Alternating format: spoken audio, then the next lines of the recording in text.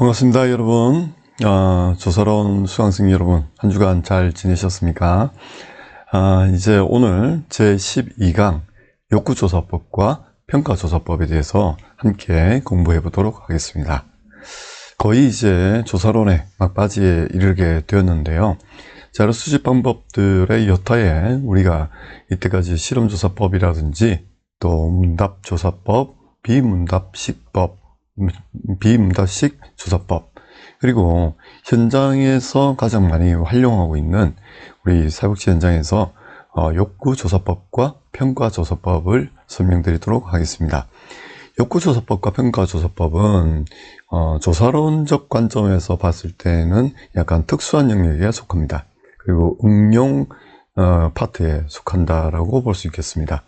그래서 앞서 설명드렸던 어떤 실험법, 면접법, 관찰법, 설문조사법 등등을 이제 함께 어우러져서 현장에서 이제 어떻게 이 조사법들을 사용하느냐, 그래서 어떤 목적을 두고 조사하느냐. 현장에서 가장 필요로 하는 것은 기본적으로 욕구를 파악하는 것과 우리의 어떤 개입과 실천 혹은 조직의 평가를 하는 것이 우리 현장에서는 가장 중요하게 생각을 하고 있습니다. 그래서 이 욕구조사법은 문답식, 비문답식, 실험식 이런 것들을 다 활용하기도 합니다. 통상은 이제 우리가 많이 활용하는 것은 설문조사법을 기준으로 많이 활용을 하기도 하죠. 평가조사법은 어떤 설문조사법이라기보다는 대면법에 더 많은 치중을 하고 있는 현실입니다. 이 정도까지 우리가 하나의 현실을 좀 살펴보고요. 그리고 오늘 수업에 무엇을 다루는지 한번 살펴보도록 하겠습니다. 먼저 욕구와 욕구조사의 개념을 이해할 수 있는 것, 또 욕구조사의 과정을 실제로 우리가 적용할 수 있는 것, 다양한 욕구조사 방법이 어떤 것이 있는지 살펴보게 되겠습니다. 또 평가 파트에서는 평가에 대한 기초와 평가조사법에 대한 기본을 우리가 파악해 보도록 하겠습니다. 그리고 평가조사의 과정과 평가조수의 아주 다양한 종류들을 한번 섭렵해 보도록 하는 그런 과정을 거치도록 하겠습니다. 욕구조사 같은 경우는 현장 사회복지사가 가장 많이 직면하는 그런 이제 활동 중에 하나이고요. 평가조사 같은 경우는 사실 현장 사회복지 전문가들, 일선 전문가들보다는 이제 중앙관리자급 혹은 또 연구자들이 많이 수행하고 있다고 보시면 되겠습니다. 자, 욕구조사법입니다. 욕구조사법을 우리가 다루기 전에 먼저 욕구란 무엇인지를 간단하게 정리하고 넘어가도록 하겠습니다. 인간행동과 사회환경, 그리고 개론, 실천론 등등에서 우리가 이 욕구라는 단어를 상당히 많이 마주하게 되죠. 우리는 사실 사회복지학은 욕구를 해소하는 데 가장 목적을 가지고 있습니다. 그래서 이 욕구라는 단어, 니즈라고 하는 것이 사회복지에서는 아주 중요한 단어이죠. 그래서 사회복지 실천과 사회복지 학문의 토대에 저변에 깔려 있는 하나의 가장 중요한 개념, 이것이 욕구라고 볼 수 있겠습니다. 욕구의 개념은 필요는 있으나 충족되지 않은 상황에서 나타나는 객관적인 결핍 혹은 요구입니다. 그렇기 때문에 욕구는 원츠라는 것들과는 다릅니다. 원츠와 니즈는 둘 다 필요라는 것을 뜻하긴 하지만, 니즈는 인간이 가장 기본적으로 누려야 될 권리 혹은 어떤 생활의 요소들에 대한 결핍들을 뜻합니다. 원치라고 이야기하는 것은 사람이 바라는 바, 그래서 어떤 욕망과 관련된 뜻이겠죠. 그래서 원치는 좀 더 개인적이고 상대적인 측면이 있는 반면에, 니즈라고 하는 것은 상대적일 뿐만 아니라 또 객관적인 측면을 가지고 있기도 합니다. 욕구의 대상은 특정한 인구사회학적 집단, 지역사회, 조직 등에서 나타나는 것을 우리가 보통 욕구라고 표현합니다. 물론 개인의 욕구들도 아주 중요합니다.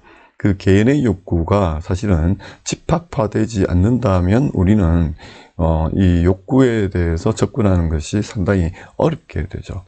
그래서 특정한 인구 사회학적 집단이 표출하고 있는 혹은 내재하고 있는 그런 상태, 결핍 상태, 그것을 이제 욕구라고 볼 수 있겠습니다. 욕구의 유형에는요, 크게 우리 이론적으로는 매슬로우가 대표적인 욕구 단계설을 설명하게 되는데, 에이브럼 매슬로우라는 사람은 이 욕구를 가장 사람이 가져야 될 아주 기초적인 근거라고 보고 있습니다. 이 기초적인 근거가 사실은 단계를 가지고 있다. 생리적 욕구, 안전에 대한 욕구, 소속과 애정에 대한 욕구, 자아 존중의 욕구, 자아 실현의 욕구까지 이른다. 그래서 이것은 어떤 단계를 거치게 되는데, 이 단계가 생리적 욕구가 어느 정도 충분히 만족이 되면 안전에 대한 욕구가 발생이 되고, 또 이 안전에 대한 욕구가 어느 정도 충족이 되면 또 소속과 애정에 대한 욕구가 발생이 되고, 이 소속과 애정에 대한 욕구가 어느 정도 충분히 달성이 되면, 만족되면 자아 존중의 욕구, 그리고 자아 존중의 욕구가 또 충분히 만족이 되면 자아 실현의 욕구를 가지게 된다라고 설명합니다. 중요한 것은 에이브럼 매슬로우는 욕구를 단계설로 설명했다. 단계설로. 그래서 생리적 욕구가 충분히 만족시키지 못한 상태에서 사람은 안전에 대한 욕구를 느낄 수 없다라고 주장을 하게 됩니다. 이것은 우리가 심리학이라든지 여러 다른 실천학에서 많이 다루게 되죠. 또 나중에 우리가 프로그램 개발론에서도 이 매슬로우의 욕구 단계설은 아주 중요하므로 그때도 또 따로 다루도록 하겠습니다. 다음으로 브래드 쇼의 욕구는 욕구 유형론입니다. 브래드 쇼는 4가지 욕구로 구분합니다. 규범적 욕구, 인지적 욕구, 또 표출적 욕구, 비교적 욕구 혹은 상대 욕구라고 표현합니다. 규범적 욕구는 기본적으로 가져야 될, 인간이라면 기본적으로 가져야 될, 어떤 집단이라면 기본적으로 가져야 될 욕구들. 인지적 욕구는 스스로가 인지하고 있는 욕구. 그러니까 표출적 욕구는 그 클라이언트 집단이 표현하고 있는 욕구. 비교적 욕구라든지 상대적 욕구는 어떤 다른 집단과 비교했을 때 결핍되어진 욕구를 이야기를 합니다. 책을 통해서 좀 더 생각을 정리해 보시기 바랍니다. 다음으로 욕구조사의 개념과 목적입니다. 욕구조사의 개념은, 욕구조사는 기본적으로 욕구를 파악하는 것과 그리고 체계적으로 사정하는 것, 그리고 욕구를 분석하는 포괄적인 개념을 욕구조사라고 이야기를 합니다. 욕구조사는 기본적으로 실태조사와는 차이가 있습니다. 약간은 많은 부분 공통점이 있는데요. 실태조사라고 이야기하는 것은 지금 현재의 현 상황을 조사하는 것이고, 욕구조사라고 하는 것은 우리가 주목하고자 하는 결핍된 상태를 파악하려고 하는 조사로서의 차이가 있죠. 또 욕구조사와 평가조사는 또 차이가 있는데요. 욕구조사라고 하는 것은 지금 현재 지역사회라든지 우리의 어떤 특정한 인구 사회학적 집단이 느끼고 있는 결핍된 조건들을 우리들이 파악하고자 하는 것이고, 평가조사라고 하는 것은 이 욕구를 충족시키려고 하는 어떤 개입이라든지 프로그램이라든지 어떤 정책, 이런 것들이 실현되었을 때, 또 이루어졌을 때, 그리고 진행이 되었을 때 어떤 결과가 나타나느냐, 이것을 살펴보기 위한 조사가 평가조사라고 할 수 있겠습니다. 그렇다면 욕구조사의 목적은 무엇일까요? 자, 욕구조사의 목적은 대상의 욕구 및 문제를 확인하는 데 있습니다. 그리고 이것을 이슈화시키는 것, 그리고 지역사회의 변화를 모색해 나가는 우리가 전략적 토대를 잡아내는 것이 욕구조사의 목적이라고 볼 수 있겠습니다. 기관의 입장에서 본 목적은 자원을 할당하고 프로그램 계획을 하고 개발하는 것, 그리고 서비스 전달 구조 및 체계를 체계화하는 것, 또 기금을 펀드레이징하는 것, 그리고 입법의 어떤 근거로 활용하는 것, 또 지역사회의 욕구를 체계적으로 관리해 나가면서 우리의 지역사회의 변화도를 계속 측정해 나가기 위한 근거를 마련하는 것, 그리고 지역사회 교육 등 필요하다고 보고 있습니다. 욕구조사의 과정은요, 대부분의 조사와 거의 비슷합니다. 문제를 먼저 확인해야 되겠죠. 그리고 조사 목적 및 목표 설정을 합니다. 자료 및 정보 수집을 하게 되고요. 조사 내용 및 욕구 영역을 규정하게 됩니다. 그리고 난 다음에 우리가 조사 방법을 선정하고 조사원 모집 및 교육을 하게 되죠. 그리고 조사를 직접 이제 실시하게 됩니다. 이때 자료 및 정보 수집이라고 이야기하는 것은 조사를 위한 자료 및 정보 수집을 이야기하는 것이고요. 여기에서 조사라고 하는 것은 직접 조사를 실시하는 행위를 뜻합니다.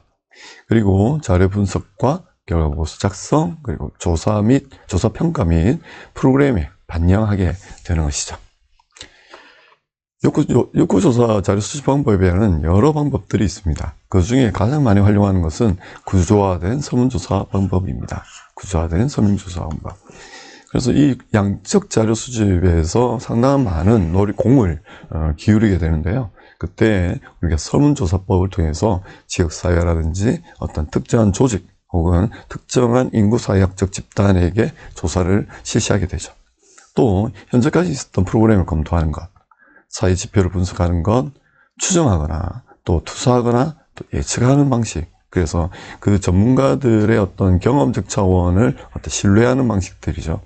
그리고 시계열적 분석을 시도하게 됩니다. 이 시계열적 분석이라고 하는 것은 계속해서 욕구라고 하는 것은 계속해서 시간의 흐름에 따라서 변화되기 때문에 우리가 시간의 흐름에 따라서 체계적인 조사와 분석이 이루어진다라는 측면으로 이해하시면 되시겠습니다. 다음으로 질적 자료 수집 방법입니다. 욕구 조사를 수행할 때는 양적 자료 수집도 하고요. 동시에 또 질적 자료 수집도 많이들 하게 됩니다. 그래서 이것을 이제 우리가 혼합 방식이라고 합니다. 혼합 조사 방식이라고 합니다. 말 그대로 양적 자료 수집 방법과 질적 자료 수집 방법을 함께 사용한다라는 뜻이죠. 이때 질적 자료 수집 방법은 비공식적 인터뷰, 또 공식적 인터뷰, 그래서 면접법을 많이 활용하죠. 또 민속학적 조사라고 해서 관찰법들도 많이 활용하게 됩니다. 자, 여기까지가 욕구조사 방법이었고요. 교재에 보시면 또 욕구조사에 대한 여러 가지 표들이라든지 이런 것들이 많이 나와 있으니까, 예들이 나와 있으니까 여러분들이 또 참조하시면서 이해의 폭을 또 넓혀 나가시길 바랍니다. 다음으로 프로그램 평가 조사법입니다. 프로그램 평가는 이제 평가조사 안에서도 독특한 다른 하나의 영역을 차지하고 있는 조사법입니다. 평가조사라고 이야기했을 때는 아주 광범위한 평가가 다 이루어집니다. 개인의 어떤 변화의 평가, 조직에 대한 평가, 그리고 프로그램에 대한 평가, 정책 개발에 대한 평가, 실전 개입에 대한 평가, 등등으로 아주 많은 평가들이 존재합니다. 그래서 이 파트에서는 주로 프로그램에 맞춰진 평가 방법을 중심으로 해서 설명드리겠습니다. 그리고 또 그 위에 부수적인 설명들 보완을 해드리도록 하겠습니다. 자, 평가조사의 기본 이해입니다. 먼저 프로그램의 개념을 먼저 알아야 되겠죠. 이제 프로그램론에서는 또 좀 더 자세하게 설명하겠지만 이번 조사론 시간에서는 아주 단순하게 이제 좀 정리하는 식으로 넘어가도록 하겠습니다. 먼저 단일한 목표를 성취하기 위해서 조직된 활동들의 논리적인 집합입니다. 체계적이고 논리적인 집합이라는 거죠. 우리의 활동들을, 우리가 실천 개입들을 주구난방식으로, 주먹구식으로 하는 것이 아니라 어떤 계획에 따라서 일련의 시점, 또 논리적인 흐름을 가지고 활동들을 체계화하는 것, 그것을 프로그램이라고 이야기할 수 있습니다. 평가조사의 개념은요, 프로그램 관점의 평가와 조사 방법론적의 평가조사가 따로 나누어져 있게 됩니다. 프로그램 관점의 평가라고 하는 것은 말 그대로 프로그램의 어떤 성패, 그리고 성공했을 때의 요인, 실패했을 때의 요인의 분석, 그리고 다시 프로그램의 기획에 다시 적용시키는 그런 평가 기법들을 이야기하고요. 조사 방법론적 관점에서의 평가조사라고 하는 것은 그 범위에서 훨씬 넘어선 평가조사라고 볼 수 있겠죠. 또 프로그램 평가와 시설 평가는 또 나눠지게 됩니다. 말 그대로 시설평가는 시설평가대로 조직체를 평가하는 것이고요. 프로그램 평가라고 하는 것은 그 조직의 활동의 주축인 프로그램을 평가하는 것이라고 생각하시면 되겠습니다. 다음으로 평가의 목적을 살펴보도록 하죠. 평가의 목적은 각각의 관점마다 다 다릅니다. 클라이언트의 관점에서는 이 프로그램의 효과성을 입증해서 클라이언트의 삶이 변화되었는지, 좋아졌는지, 나빠졌는지를 평가하는 것을 이제 평가의 목적이라고 볼 수 있겠죠. 또 프로그램 관점에서는 책임성 있는 프로그램이 실시되었는지, 그리고 서비스의 질 향상이 될 수 있는지, 여기에 포커스를 맞춘 평가 조사가 실시될 수 있습니다. 또 실무자 관점에서는요, 서비스 방법에 대한 학습 및 전문성, 그리고 지도력을 향상시키기 위해서 우리가 평가를 하게 되겠죠. 기관의 관점에서는 기관의 민주적 의사결정, 그리고 자원의 배분 근거를 확보하기 위해서 평가를 하게 됩니다. 그래서 좋은 평가를 받았다라고 한다는 것은 그 기관이 수월한 조직이, 엑설런트한 조직이다라고 증빙이 될 수 있기 때문에 신뢰를 낳게 되고, 그 신뢰라고 하는 것은 지역사회 주민들을 비롯한 여러 후원자들이 이 기관을 또 신뢰할 수 있게 되는 그런 근거를 마련하기 위한 평가가 있을 수 있습니다. 그리고 지역사회 관점에서는 서비스 제공을 위한 지지 기반을 확보하는 데 그 목적이 있다고 볼 수 있겠습니다. 자, 평가조사의 유형입니다. 평가조사는 아주 많은 평가조사들이 있습니다. 여기 보시면 책에서도 여러 종류들을 아주 간략하게 요약해서 설명을 드렸죠.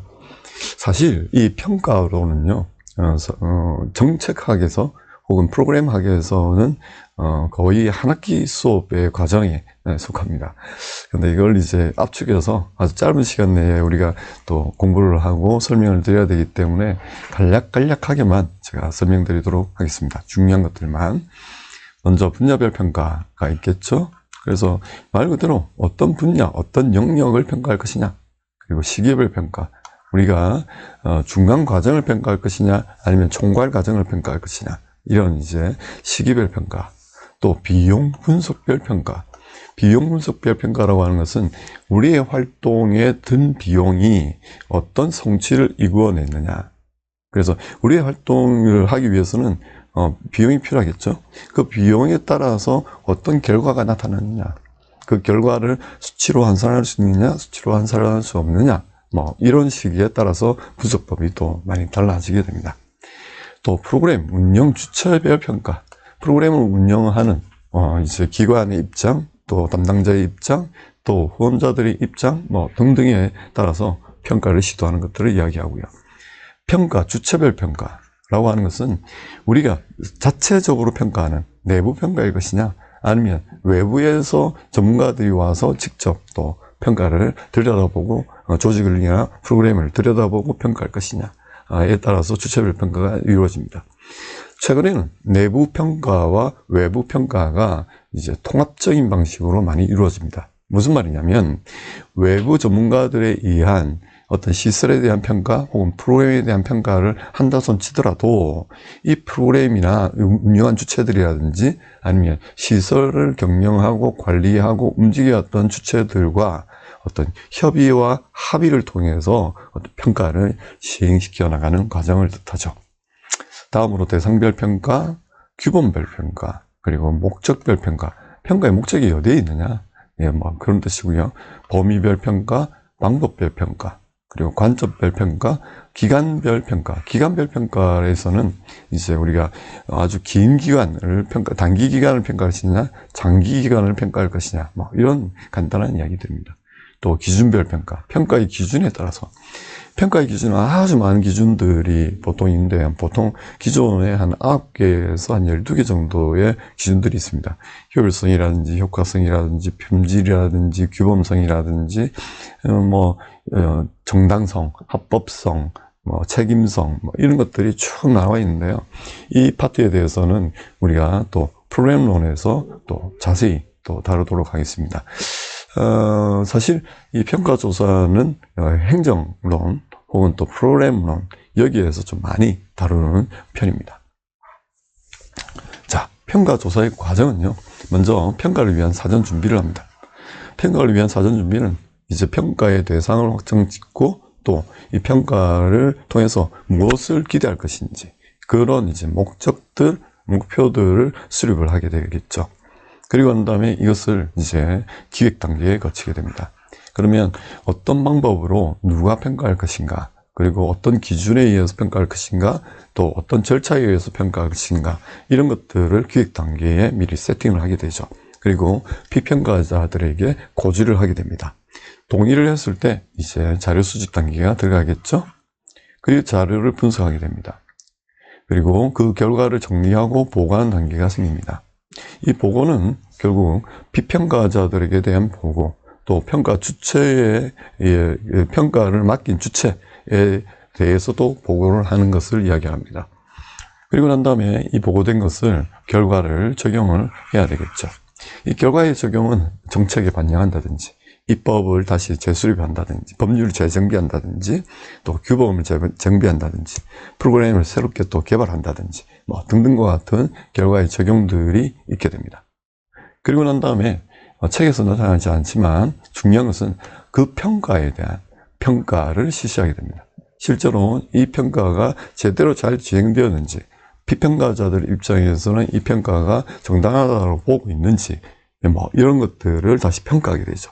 그리고 난 다음에 환류 조치를 해서 이제 다시 평가를 위한 것이라기보다 새로운 사업들과 정책, 입법 이런 것들을 재구축하게 되는 것이죠. 그러면 우리가 주로 활용하고 있는 평가조사의 내용이 무엇일 것인가? 예, 책에서는 아주 간략하게 효과성 평가, 효율성 평가, 품질 평가 이 세 가지로 이야기를 하고 있습니다. 사실 그 이외에 많은 이제 평가들, 절차 평가, 과정 평가, 뭐 결과 평가, 뭐 이런 것들이 상당히 많이 있는데요. 우리가 지금 학부 과정에서 살펴봐야 될 아주 핵심적인 사항은 효과성, 효율성, 품질 등입니다. 여기에서 제일 중요한 말은 성과라는 말입니다. 성과는 outcome이라는 뜻이, outcome이라고 표현하는데요. 성과 이전에는 산출이 있습니다. 산출. 어떤 우리 행동의 결과인 것이죠. 이것을 아웃풋이라고 합니다. 아웃풋. 근데 이 우리의 행동 과정에 따라서, 기획된 과정에 따라서 행동을 하고 난 다음에 어떤 결과가 나타났다라고 하는 것은 그것은 아웃풋이고요. 산출이고요. 그 산출에 따라서, 결과에 따라서 어떤 변화가 일어났다라고 하는 것은 성과라고 표현하는 거죠. 그래서 이게 변화입니다. 결국 변화를 측정하는 방법을 평가조사라고 보통 표현하거든요. 그래서 이제 이게 프로그램 평가의 핵심적인 사안입니다. 먼저 효과성 평가라고 하는 것은 프로그램이 최초에 의도했던 목표를 어느 정도 성취했는가, 그게 효과성입니다. 결과를 야기시켰느냐, 변화를 야기시켰느냐, 야기시키지 않았느냐, 이것을 평가하는 것을 뜻합니다. 절대적 기준을 평가하는 경우도 있고요. 그리고 상대적 기준, 여러 집단들 간의 상대적 기준에 따라서도 이 효과성을 측정할 수도 있겠죠. 다음으로 효율성 평가입니다. 효율성 평가는 프로그램의 목표 달성을 위해서 얼마만큼 자원을 사용했는가에 대한 평가입니다. 흔히들 우리가 이것을 시쳇말로 가성비라고 하죠. 가성비. 얼마의 값을 들여서 우리가 어떤 효능을 누리고 있는가. 예, 그건 맞습니다. 그게 효율성입니다. 근데 이 효율성에서는 전문적으로는 두 가지로 나눠서 생각을 합니다. 비용 편익이 있고요. 비용 효과가 있습니다. 비용 편익이라고 하는 것은 비용에 따른 그 결과를 수치나 화폐 단위로 환산할 수 있을 때 비용과 편익을 대비해서 우리들이 분석하는 방식이고요. 비용 효과 분석이라고 하는 것은 이 결과가 수치로는 표현할 수는 어느 정도 있지만 가격으로, 그러니까 이제 비용과 같은 값어치로 평가하게 될 수 없을 때 그 결과값을 이제 그냥 단순 비교하는 것, 그것이 비용 효과 분석이라고 표현할 수 있습니다. 다음으로 품질 평가입니다. 분실평가는 최근에 상당히 중요해져 있는데요. 제공한 프로그램의 질, 서비스의 질에 대한 평가를 뜻합니다. 그래서 그 서비스에 대한 만족도, 예를 들면, 그리고 향후 사용 의지, 추천 가능성 등등을 가지고 간접적으로 이 서비스 품질을 평가할 수 있게 되겠죠. 자, 여기까지가 우리가 현장에서 가장 많이 활용하고 있는 욕구조사와 그리고 평가조사에 대한 설명드렸습니다. 욕구조사의 방법들에 대해서는 또 수업 시간에 좀 더 자세하게 설명드리도록 하겠습니다. 이번 시간 동안 고생 많으셨습니다. 오늘도 고맙습니다. 감사합니다.